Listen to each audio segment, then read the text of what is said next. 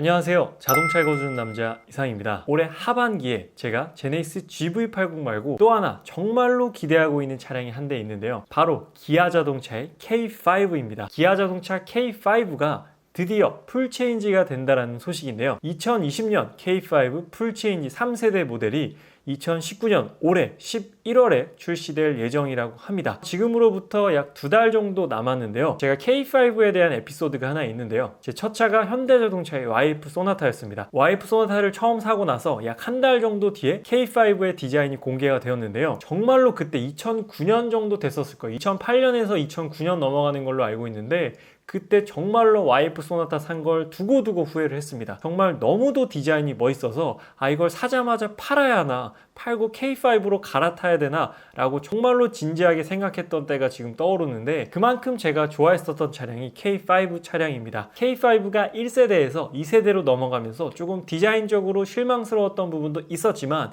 이번 3세대는 2세대에서 실망스러웠던 디자인을 모두 다 커버할 수 있을 만큼 완벽한 디자인 변화를 가지고 출시된다라고 하는데요. 과연 어떤 디자인의 변화와 어떤 특징을 가지고 K5 풀체인지가 출시가 되는지 여러분들께 소개해 드리도록 하겠습니다. 먼저 3세대 K5 풀체인지의 주요 특징에 대해서 살펴보고 넘어가도록 할게요. 첫 번째로 신형 소나타와 동일한 3세대 플랫폼이 적용된다라고 합니다. 잠시 후에 3세대 플랫폼의 특징에 대해서 간략하게 한 번 더 언급을 해드리도록 하고요. 그리고 2세대 K5에서 부족했던 디자인 약점을 완벽 보강했다라고 합니다. 그 약점은 와이드 앤 로우의 전형적인 모습을 갖춘 스포티한 디자인으로 출시된다라고 하는데요.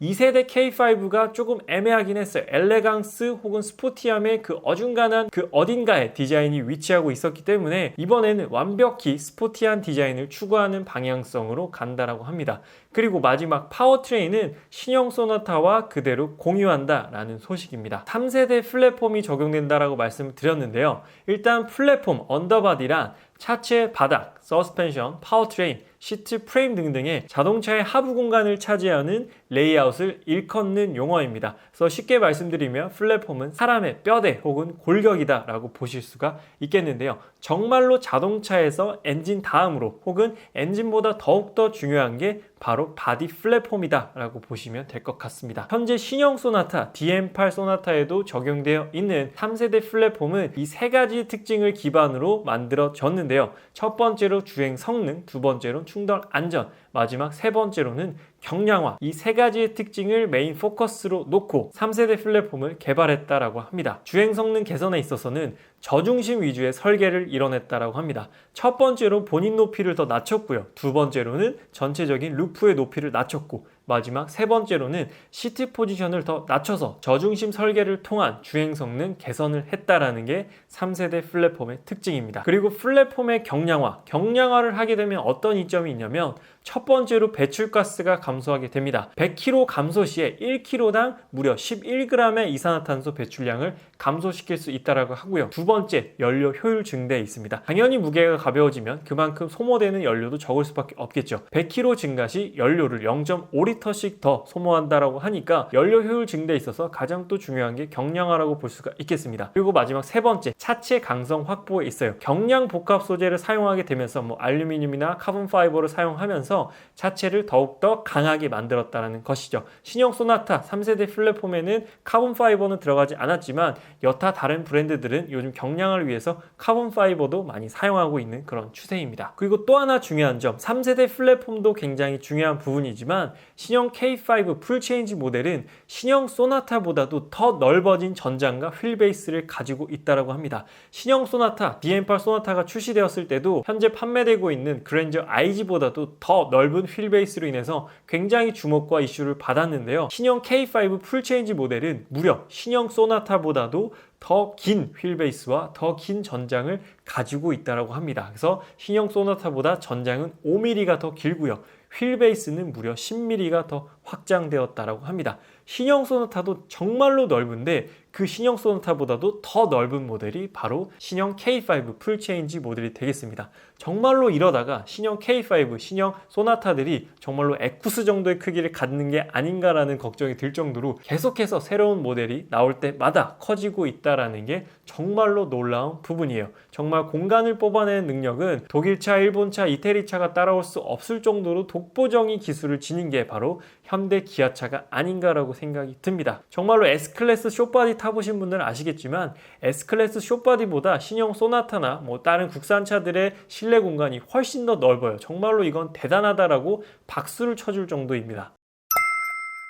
다음은 신형 K5 풀체인지의 디자인을 한번 살펴보도록 할게요. 전 후면 디자인도 굉장히 많이 바뀌었지만 저는 측면 디자인이 가장 인상적이어서 측면 디자인 위주로 설명을 드려볼까 합니다. 지금 제가 세 장의 사진을 이렇게 겹쳐서 표현을 해놨는데요. 가장 바깥쪽에 있는 차량, 은색 차량이 1세대 K5고 두 번째 네이비 컬러의 차량이 2세대 K5, 마지막 위장막이 쓰여져 있는 차량이 곧 출시될 3세대 K5의 모습입니다. 그래서 측면부를 보게 되면 제가 이렇게 빨간색 테두리를 쳐놨어요. 이 부분을 중점적으로 보시면 가장 큰 변화의 폭을 느끼실 수가 있으실 겁니다. 그래서 지금 원형 빨간색 테두리로 바뀌었는데 지금 1세대 K5와 2세대 K5의 원형 표시를 해놨습니다. 그래서 이렇게 2세대로 넘어가면서 쿼터 글라스 1열, 2열, 3열 쪽에 있는 글라스를 쿼터 글라스라고 하는데 쿼터 글라스가 C필러 라인까지 확대되었다라는 사실을 1세대에서 2세대로 넘어가는 그림을 보면서 우리가 확인할 수가 있게 됩니다. 1세대는 2열 도어, 엣지 부분 이전에서 글라스가 끝나게 됐는데 2세대를 보게 되면 없던 쿼터 글라스가 생겼다라는 사실을 확실하게 사진을 통해서 확인할 수가 있게 되는 것이죠. 다음은 2세대 K5와 곧 출시될 3세대 K5의 측면을 자세히 살펴보도록 하겠습니다.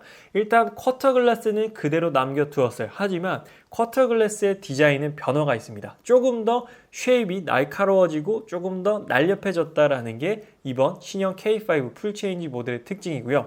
C필러 라인이 2세대 K5보다 훨씬 더 두꺼워졌다라는 게 풀체인지 K5의 특징입니다. 그래서 굉장히 C필러 라인이 유려하게 매끈하게 빠졌다라는 게 신형 풀체인지 측면부에서 가장 도드라지는 특징이 아닐까라고 생각이 듭니다. 그래서 제가 신형 K5 풀체인지 측면부 C필러 라인 쪽을 보고 번뜩 떠오른 차가 한 대 있는데요. 바로 지금 이 차량입니다. 하단에 있는 하얀색 차량인데요.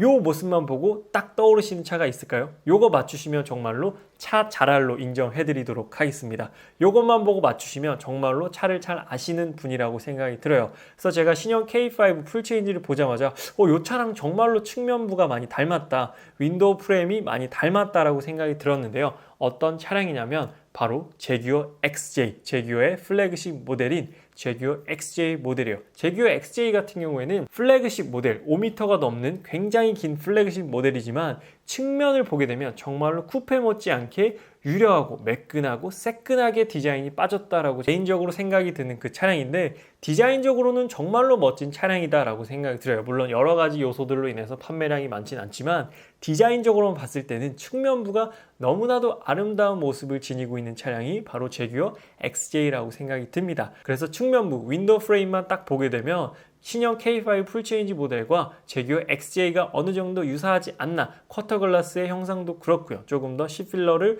두껍게 뺀 부분도 그렇고, 물론 신형 K5도 크롬을 넣지 않을까라고 생각이 듭니다. 현재 위장막 차량에는 크롬이 아직 들어가 있진 않지만 실제 양산형에는 대부분 신형 소나타도 그랬고 신형 K5가 여태까지도 그래왔듯이 윈도우 프레임에 크롬을 넣지 않을까라고 생각이 들어요. 크롬을 넣게 되면 훨씬 더 아름다운 디자인이 구현이 되겠다라고 예상을 하고 있습니다. 그래서 개인적으로는 전 후면부도 굉장히 기대가 되지만 이 측면부가 정말로 기대가 되는 차량이 바로 K5 풀체인지 모델입니다. 일단 스팅어도 굉장히 측면부가 매끈하고 멋스럽게 나왔잖아요. 스팅어보다도 더욱더 멋질 것이라고 예상이 되는 부분이기 때문에 정말로 신형 K5가 나오게 되면 측면부를 한번 유심히 보시면 정말로 빠져들 수밖에 없는 측면부를 보여줄 것 같아요. 다음으로는 신형 K5 파워트레인을 한번 살펴보도록 할게요. 일단 신형 K5의 파워트레인은 신형 소나타와 동일한 파워트레인으로 출시가 될 것입니다. 이전에도 그랬고 앞으로도 그럴 것이죠. 첫 번째로 스마트 스트링 2.0 가솔린 모델이 있고 두 번째로는 LPI 2.0, 마지막 세 번째로는 2.0 하이브리드도 기술도 당연히 나오겠죠. 그리고 변속기는 6단 자동 변속기와 결합이 될 겁니다. 소나타가 6단인데 갑자기 K5에 8단을 넣어주진 않겠죠. 물론 터보 모델에는 소나타와 동일하게 8단을 넣어줄 수도 있겠지만 향후 신형 소나타처럼 터보 모델, K5 GT 모델이 출시될 가능성도 있다라고 하니까요. 고성능 모델을 기대하시는 분들은 조금 더 여유를 가지고 한 내년 초나 내년 하반기까지 기다려 보시는 게 어떨까라는 생각이 듭니다. 다음으로는 신형 K5 풀체인지 신기술이 적용이 되나라는 소제목으로 준비를 해봤는데요. 일단 신형 소나타가 출시되었을 때는 정말로 센세이셔널 기능들 혹은 기술들이 많이 있었습니다. 일단 3세대 플랫폼이 최초로 적용되었다라는 게 놀라운 부분이었고, 빌트인 캠 블랙박스를 이제 차량 내부로 직접 넣었다라는 것도 굉장히 놀라운 부분이었습니다. 그리고 스마트폰으로 문을 열고 시동을 걸고, 그리고 카드키를 통해서 또 문을 열고 시동을 걸었다라는 것도 굉장히 놀라운 부분이었고, 이 스마트키를 통해서 원격으로 시동 걸고 앞뒤로 넣고 빼는 원격 주차까지 가능했었습니다. 이런 부분들이 신형 K5에도 당연히 기본적으로 적용되지 않을까라고 생각이 들어요. 물론 옵션으로 추가를 해야겠지만 신형 K5에도 추가적인 옵션으로 선택할 수 있지 않을까라고 생각이 들고요. 그리고 또 하나 약간 걱정스러운 부분은 신형 K5가 신형 소나타보다도 반년은 더 늦게 출시를 하였는데 과연 신형 소나타에 적용되지 않은 새로운 기능들을 적용시킬지 굉장히 기대가 되는 부분입니다. 항상 신형 모델을 출시할 때 기아 자동차보다는 현대자동차에 조금 더 힘을 실어준 것이 사실입니다. 신형 K7도 그랬고 하반기에 출시될 신형 그랜저도 그랬고요. 신형 그랜저에는 또 휠베이스도 더 넓히고 반자율 주행도 레벨 2.5가 적용된다고 하는데, 과연 신형 K5는 신형 소나타보다도 늦게 출시되었는데 신형 소나타에서 보지 못했던 그런 신기술을 적용시켜 줄지 이것도 굉장히 기대가 되는 부분인데요. 아마 제 개인적인 생각으로는 신형 소나타를 뛰어넘을 만한 새로운 신기술은 안 넣지 않을까라고 생각이 듭니다. 그래서 현대차보다 기아차를 더 좋게 안 만든지 않을까라고 생각이 들어요. 여태까지도 계속해서 그래 왔고요. 또 마지막으로 개인적으로 신형 K5 풀체인지에 바라는 점이 몇 가지 있습니다. 여러분들께서도 공감하실지 모르겠는데 제가 4가지 정도가 있어요. 바라는 점이. 일단 첫 번째로는 신형 소나타에서 가장 실망스러웠던 부분은 바로 파워트레인이었어요.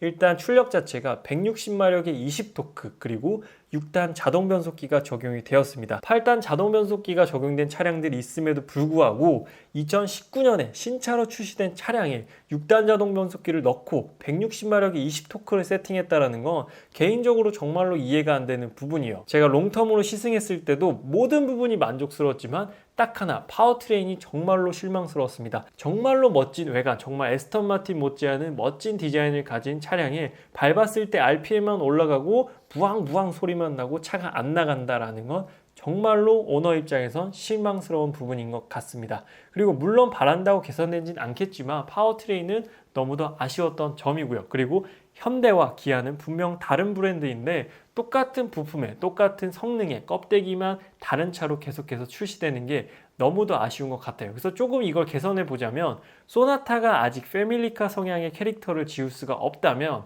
K5만이라도 조금 더 스포츠성을 강조한 세팅으로 출시하면 어떨까 하는 바람이 있습니다. 물론 K5가 과학 오옥이라는 그런 오명도 있긴 하지만 조금 더 신형 소나타와는 다른 캐릭터를 가지고 다른 길을 걸어가면 어떨까라는 생각이 들어요. 사실 세팅만으로도 조금 다른 성격을 낼 수가 있거든요. 그렇기 때문에 조금 더 편안함과 거주성에 초점이 맞춰져 있다고 하면 기아자동차 K5는 조금 더 다이나믹하고 조금 더 재밌는 운동 성능에 맞춰서 출시를 해주면 어떨까라는 기대를 하고 있습니다. 그리고 마지막으로 신형 소나타를 탔을 때 3세대 플랫폼 적용으로 인해서 루프라인은 낮아졌으나 시트 포지션이 수입차에 비해서 여전히 높았었습니다. 그래서 시트 포지션을 가장 낮추더라도 시트 포지션이 굉장히 높았어요. 그렇기 때문에 키가 좀 크게 되면 머리가 천장에 충분히 닿을 수 있는 그런 높이였습니다. 그래서 이 부분이 굉장히 아쉬웠어요. 여러 가지로 개선을 많이 했지만 시트 포지션이 여전히 높았기 때문에 3시리즈나 C클래스에 비해서는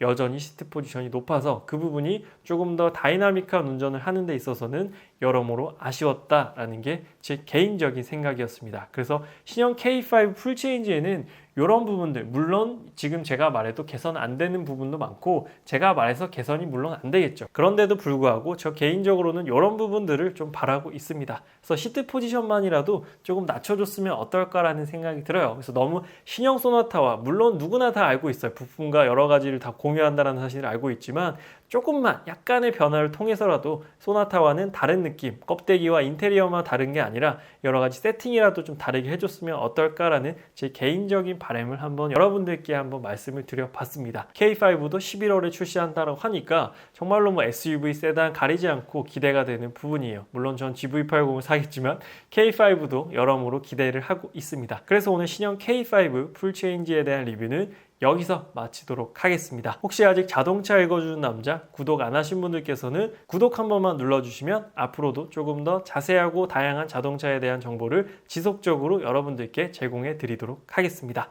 저는 자동차 읽어주는 남자 이상이었습니다. 감사합니다.